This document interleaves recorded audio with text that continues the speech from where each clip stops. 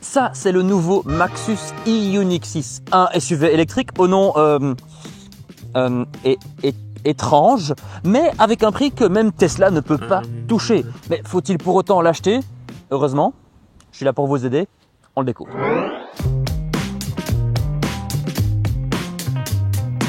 Il y a de fortes chances que vous n'ayez jamais entendu parler de Maxus.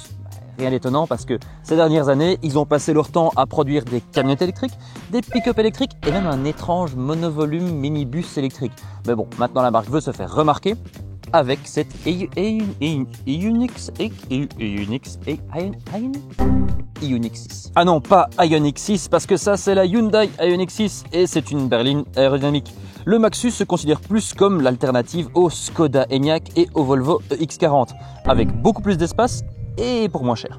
Bien qu'ils portent le nom Maxus et qu'ils ont l'habitude de faire des camionnettes, eh bien ce SUV il ne ressemble pas du tout à une camionnette. La face avant elle est extrêmement épurée avec des feux fins très acérés et pas du tout de calandre. Alors c'est pas très sexy, mais au moins on peut pas dire que c'est pas épuré. Personnellement nous on préfère la face avant de la version hybride, mais elle n'est pas disponible chez nous.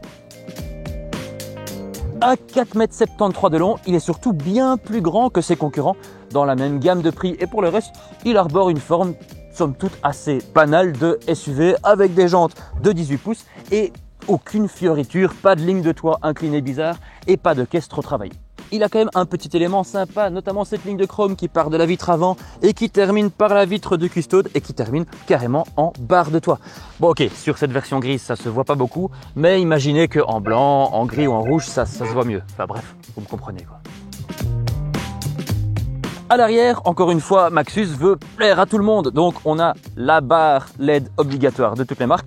Par contre, ça plaît à tout le monde sauf à ceux qui aiment pas les logos. Mais bref, on passe outre ça. Il y a un pare-choc noir, une vraie fausse protection pour nous faire croire que c'est un SUV baroudeur.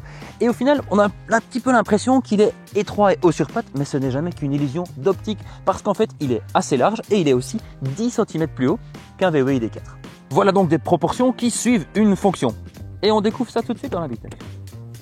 La première chose qu'on remarque dans l'habitacle, c'est que SAIC a eu son mot à dire. SAIC quoi? SAIC, c'est la maison mère de Maxus et de MG d'ailleurs.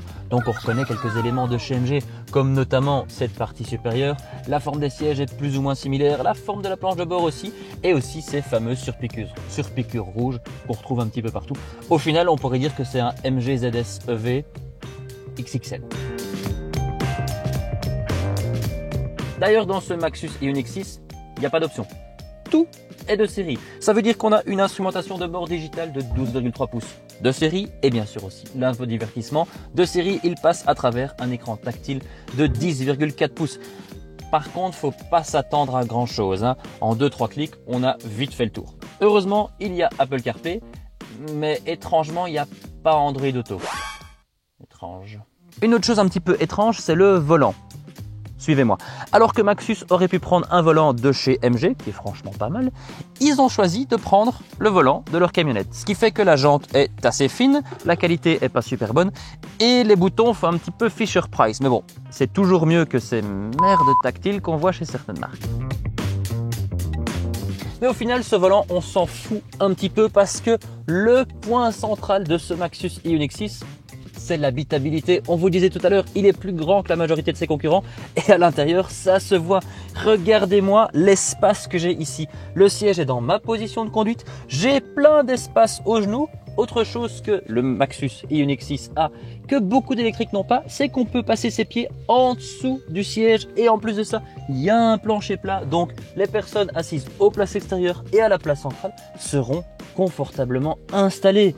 Petits éléments très sympas, on a évidemment des prises USB, des bacs dans les portières et aussi un accoudoir avec des petits porte-gobelets. Mais le plus important, c'est que le dossier, il est réglable. C'est pratique. Mais la chose la plus importante, eh bien, c'est ce coffre. Il fait 754 litres. C'est énorme.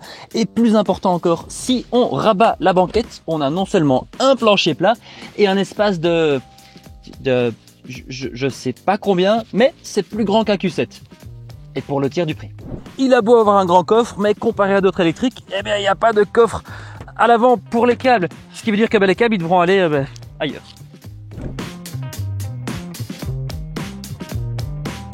Je vous vois hein, là, ouais, je vous vois vous tout excité de savoir ce qu'il y a sous le capot de cette voiture. Bon, plus sérieusement, sous le capot, il y a un moteur électrique, évidemment, sur le train avant qui fait 177 chevaux et 310 Nm de couple. Et lui-même, il est associé à une batterie de 70 kWh. Au final, ça lui donne des performances assez modestes.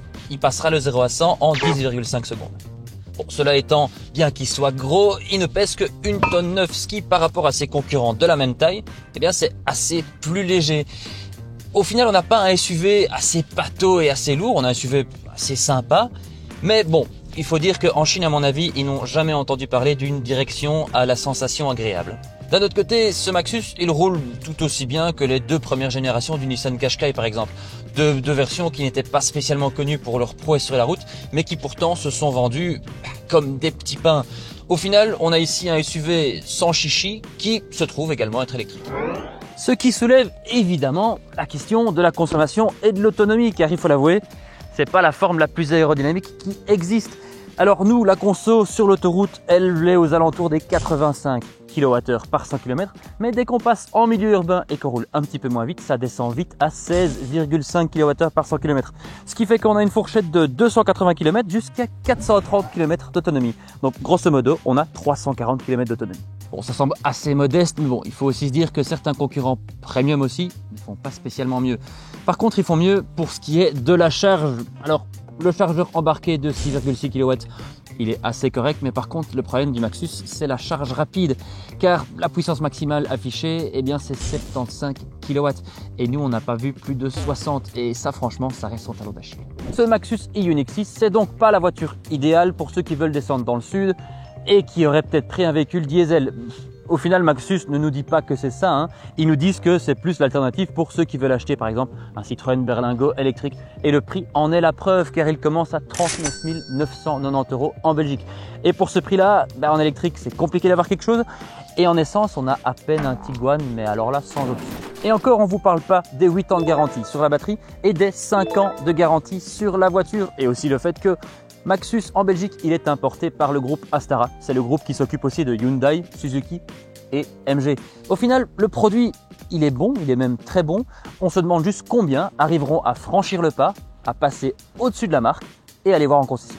Merci d'avoir regardé cette vidéo. N'oubliez pas de nous dire ce que vous pensez de ce Maxus dans les commentaires, de liker la vidéo si elle vous a plu, pourquoi pas de vous abonner à la chaîne pour découvrir toutes nos autres vidéos et nos autres essais. Nous, on se voit la prochaine. Salut!